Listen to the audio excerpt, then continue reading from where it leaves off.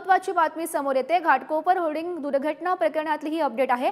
आरोपी भावेश भिडेच्या मार्गावर मुंबई पोलिसांच्या 7 टीम सध्या तैनात करण्यात आलाय। मुंबई पोलिसांच्या 7 पथकांकडून वेगवेगळ्या भागांमध्ये त्याचा सध्या शोध सुरू आहे। आरोपी भावेश भिंडे महाराष्ट्राबाहेर पळाल्याचा संशय व्यक्त करण्यात आलेला होता आणि त्या संदर्भातली आपण ही महत्त्वाची बातमी पाहतोय।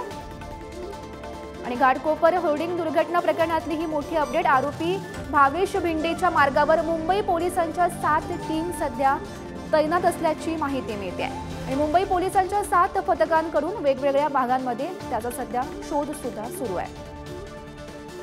आणि या संदर्भात माहिती देत आहेत आमचे प्रतिनिधी धनंजय दैवी सध्या आपल्या सोबत आहेत। धनंजय, महत्त्वाची आपण बातमी पाहतोय। आरोपी भावेश भिंडेच्या मार्गावर आता मुंबई पोलिसांच्या 7 टीम तैनात असल्याची माहिती समोर येते। काय माहिती आहे या संदर्भातली? गौरी, आपण जर पाहिलं तर 2 दिवसापूर्वी जो घाटकोपर परिसरात वादळी वाऱ्यासह तो मोठा जाहिरातीचा फलक कोसळला आणि त्यामध्ये 14 जणांना आपला जीव गमवावा लागला। या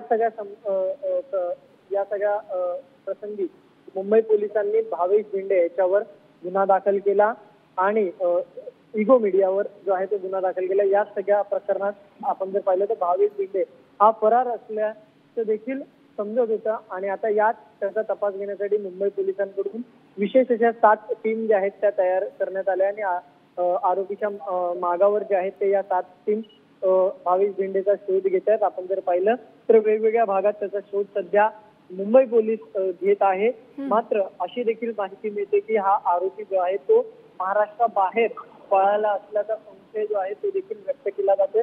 त्यामुळे 7 टीम ज्या आहेत त्या विविध ठिकाणी शोध मोहीम करतायत।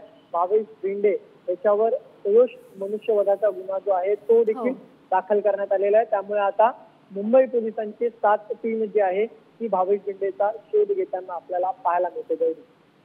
हो, नक्कीच धनंजय, धन्यवाद दिलेल्या या सविस्तर माहितीसाठी। तर आरोपी भावेश भिंडे हा महाराष्ट्राबाहेर पळाल्याचा संशय सध्या व्यक्त करण्यात आलेला आहे आणि पोलिसांची टीम त्याचा शोध घेत आहे।